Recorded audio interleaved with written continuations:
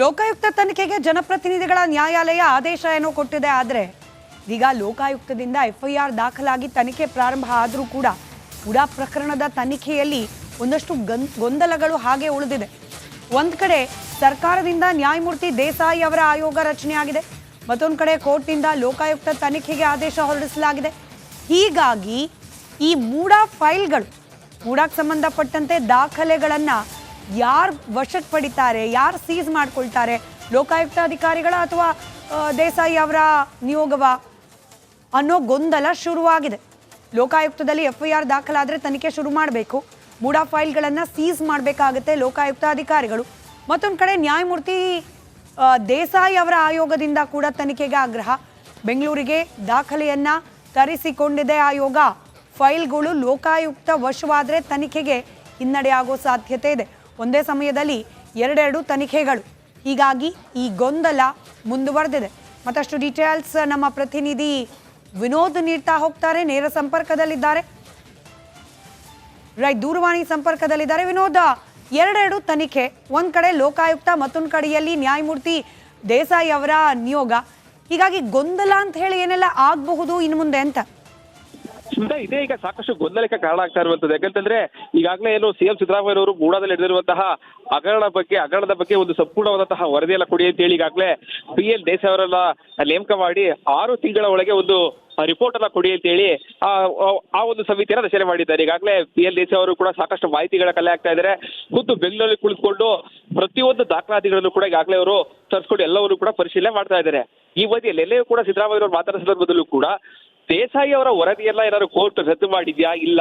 So ಹೀಗಾಗಿ ಒಂದಷ್ಟು ದಾಖಲೆಗಳೆಲ್ಲ ಪಡೆಯುವ ವಿಚಾರದಲ್ಲೂ ಕೂಡ ಸಾಕಷ್ಟು ಗೊಂದಲಗಳು ಉಂಟಾಗುತ್ತೆ. ಯಾಕಂದ್ರೆ ಈಗ ಸಿಎಂ ಸಿದ್ದರಾಮಯ್ಯ ಅವರ 14 ಅವರ ಪತ್ನಿ ಪಡೆದಿರುವಂತಹ 14 ಸೈಟ್ಗಳ ವಿಚಾರದಲ್ಲೂ ಕೂಡ ದಾಖಲೆಗಳೆಲ್ಲ ಈಗ ಫಸ್ಟ್ ಯಾವಾಗ ಎಫ್ಐಆರ್ ಆಗುತ್ತೆ, ಎಫ್ಐಆರ್ ಆದ ತಕ್ಷಣದಲ್ಲಿ ದಾಖಲೆಗಳೆಲ್ಲ ಸೀಸ್ ಮಾಡುವಂತಹ ಕೆಲಸಕ್ಕೆ ಮುಂದಾಗಬೇಕಾಗುತ್ತೆ.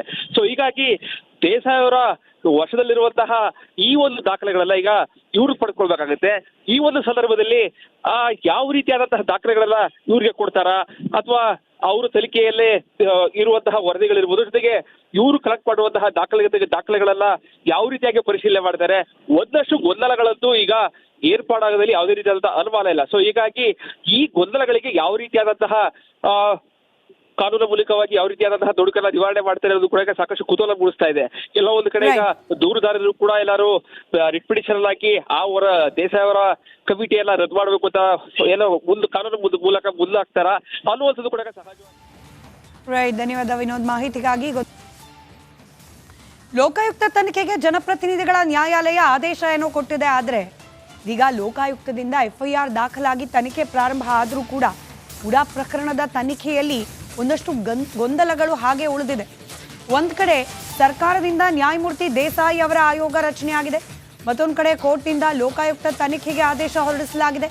ಹೀಗಾಗಿ ಈ ಫೈಲ್ಗಳು ಮೂಡಾಕ್ಕೆ ಸಂಬಂಧಪಟ್ಟಂತೆ ದಾಖಲೆಗಳನ್ನು ಯಾರು ವಶಕ್ಕೆ ಪಡಿತಾರೆ, ಯಾರು ಸೀಸ್ ಮಾಡ್ಕೊಳ್ತಾರೆ, ಲೋಕಾಯುಕ್ತ ಅಧಿಕಾರಿಗಳ ಅಥವಾ ದೇಸಾಯಿ ಅವರ ನಿಯೋಗವ ಅನ್ನೋ ಗೊಂದಲ ಶುರುವಾಗಿದೆ. ಲೋಕಾಯುಕ್ತದಲ್ಲಿ ಎಫ್ಐಆರ್ ದಾಖಲಾದರೆ ತನಿಖೆ ಶುರು ಮಾಡಬೇಕು, ಫೈಲ್ಗಳನ್ನು ಸೀಸ್ ಮಾಡಬೇಕಾಗುತ್ತೆ ಲೋಕಾಯುಕ್ತ ಅಧಿಕಾರಿಗಳು. ಮತ್ತೊಂದು ಕಡೆ ನ್ಯಾಯಮೂರ್ತಿ ದೇಸಾಯಿ ಅವರ ಆಯೋಗದಿಂದ ಕೂಡ ತನಿಖೆಗೆ ಆಗ್ರಹ. ಬೆಂಗಳೂರಿಗೆ ದಾಖಲೆಯನ್ನು ತರಿಸಿಕೊಂಡಿದೆ ಆಯೋಗ. ಫೈಲ್ಗಳು ಲೋಕಾಯುಕ್ತ ವಶವಾದರೆ ತನಿಖೆಗೆ ಹಿನ್ನಡೆಯಾಗೋ ಸಾಧ್ಯತೆ ಇದೆ. ಒಂದೇ ಸಮಯದಲ್ಲಿ ಎರಡೆರಡು ತನಿಖೆಗಳು, ಹೀಗಾಗಿ ಈ ಗೊಂದಲ ಮುಂದುವರೆದಿದೆ. ಮತ್ತಷ್ಟು ಡೀಟೇಲ್ಸ್ ನಮ್ಮ ಪ್ರತಿನಿಧಿ ವಿನೋದ್ ನೀಡ್ತಾ ಹೋಗ್ತಾರೆ. ನೇರ ಸಂಪರ್ಕದಲ್ಲಿದ್ದಾರೆ, ದೂರವಾಣಿ ಸಂಪರ್ಕದಲ್ಲಿದ್ದಾರೆ. ವಿನೋದ, ಎರಡೆರಡು ತನಿಖೆ, ಒಂದ್ ಕಡೆ ಲೋಕಾಯುಕ್ತ, ಮತ್ತೊಂದು ಕಡೆಯಲ್ಲಿ ನ್ಯಾಯಮೂರ್ತಿ ದೇಸಾಯಿ ಅವರ ನಿಯೋಗ. ಹೀಗಾಗಿ ಗೊಂದಲ ಅಂತ ಹೇಳಿ ಏನೆಲ್ಲ ಆಗಬಹುದು ಇನ್ನು ಮುಂದೆ ಅಂತ?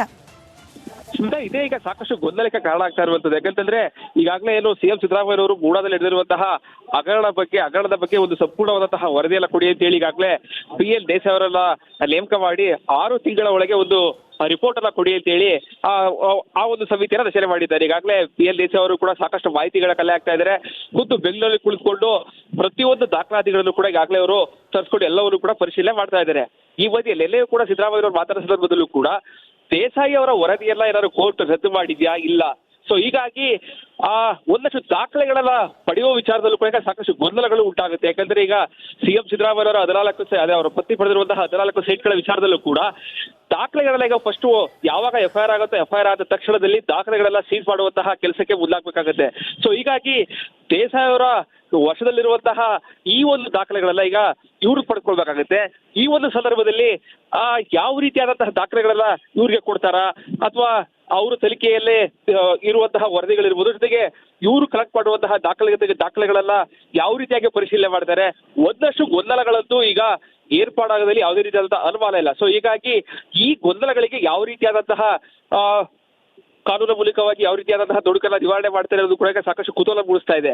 ಎಲ್ಲೋ ಒಂದು ಕಡೆ ಈಗ ದೂರುದಾರರು ಕೂಡ ಎಲ್ಲರೂ ರಿಟ್ ಪಿಟಿಷನ್ ಹಾಕಿ ಅವರ ದೇಸಾಯಿ ಅವರ ಕಮಿಟಿ ಎಲ್ಲ ರದ್ದು ಮಾಡಬೇಕು ಅಂತ ಏನೋ ಒಂದು ಕಾನೂನು ಮೂಲಕ ಮುಂದಾಗ್ತಾರ ಅನ್ನುವಂಥದ್ದು ಕೂಡ ಸಹಜವಾಗಿ. ಧನ್ಯವಾದ ವಿನೋದ್ ಮಾಹಿತಿಗಾಗಿ. ಮುಖ್ಯಮಂತ್ರಿ ಸ್ಥಾನಕ್ಕೆ ರಾಜೀನಾಮೆಯನ್ನ ನೀಡಿ ಸಿದ್ದರಾಮಯ್ಯ ನೈತಿಕತೆಯನ್ನ ಉಳಿಸಿಕೊಳ್ಳಲಿ. ಹಿಂದೆ BS ಯಡಿಯೂರಪ್ಪನವರ ಮೇಲೆ ಆರೋಪ ಬಂದಾಗ ರಾಜೀನಾಮೆಯನ್ನ ಆಗ್ರಹಿಸಿದ್ರಿ. ಈಗ ತಮ್ಮ ವಿಚಾರದಲ್ಲಿ ಆರೋಪಗಳು ಬಂದಾಗ ಬಂಡತನ ಪ್ರದರ್ಶನ ಬೇಡ ಅಂತ ಹೇಳಿ ನಿಖಿಲ್ ಕುಮಾರಸ್ವಾಮಿ ಆಗ್ರಹಿಸಿದ್ದಾರೆ. ರಾಜೀನಾಮೆ ನೀಡಿ ನೈತಿಕತೆ ಉಳಿಸ್ಕೊಳ್ಳಿ. BSY ರಾಜೀನಾಮೆ ಯಾವ ರೀತಿ ನೀವು ಕೇಳಿದ್ರಿ, ಹಾಗೇನೆ ಈಗಲೂ ಕೂಡ ನೀವು ನೈತಿಕತೆ ಪ್ರದರ್ಶನ ಮಾಡಿ ಅನ್ನೋದು ನಿಖಿಲ್ ಕುಮಾರಸ್ವಾಮಿ ಅವರ ಮಾತು. ಕ್ಷೇತ್ರದಲ್ಲಿ ಒಟ್ಟಾರೆಯಾಗಿ 4 ವಿಧಾನಸಭಾ ಕ್ಷೇತ್ರದಲ್ಲಾದರೂ ಜನತಾದಳ ಪಕ್ಷ ಅತ್ಯಂತ ಪ್ರಬಲವಾಗಿ ಅಟ್ಲೀಸ್ಟ್ ಮುಂಬರ್ತಕ್ಕಂಥ ಚುನಾವಣೆಯಲ್ಲಿ 4ಕ್ಕೆ 4 ಕ್ಷೇತ್ರಗಳಲ್ಲಿ ಗೆಲ್ತಕ್ಕಂಥದ್ದಕ್ಕೆ ಹೋರಾಟವನ್ನು ಮಾಡ್ತಕ್ಕಂಥದ್ದಕ್ಕೆ ಇದೇ ಸನ್ಮಾನ್ಯ ಸಿದ್ದರಾಮಣ್ಣ ಅವರು ಹಿರಿಯರಿದ್ದಾರೆ, ಅನುಭವಸ್ಥರು ಇದ್ದಾರೆ, ವಕೀಲರು ಕೂಡ ಇದ್ದಾರೆ ವೃತ್ತಿಯಲ್ಲಿ.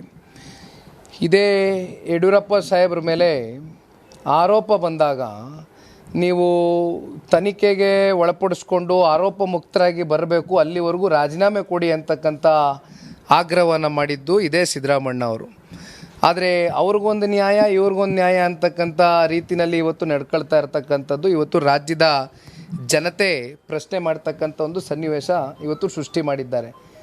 ಹಲವಾರು ವರ್ಷಗಳ ಕಾಲ ಅವರು ಸಾರ್ವಜನಿಕ ಬದುಕಲ್ಲಿ ಅವರು ಅವ್ರದ್ದಾದಂಥ ಕೆಲಸಗಳನ್ನ ಮಾಡ್ಕೊಂಬಂದಿದ್ದಾರೆ ಸಿದ್ದರಾಮಣ್ಣ ಅವರು. ಆದರೆ ಇವತ್ತು ಅವ್ರ ಮುಂದೆ ಬಂದಿರತಕ್ಕಂಥ ಈ ಒಂದು ಆರೋಪ, ಅವರು ಇವತ್ತೇನು ಕಾನೂನಾತ್ಮಕವಾಗಿ ಇದನ್ನು ಎದುರಿಸ್ತಕ್ಕಂಥದ್ದಕ್ಕೆ ಪಾರದರ್ಶಕವಾಗಿ ಒಂದು ನೈತಿಕ ಹೊಣೆಯನ್ನು ಹೊತ್ತು ರಾಜೀನಾಮೆಯನ್ನು ಕೊಟ್ಟು ಈ ಒಂದು ತನಿಖೆಗೆ ಸಂಪೂರ್ಣ ಸಪೋರ್ಟನ್ನು ಕೊಡ್ತಕ್ಕಂಥದ್ದು ಸೂಕ್ತ.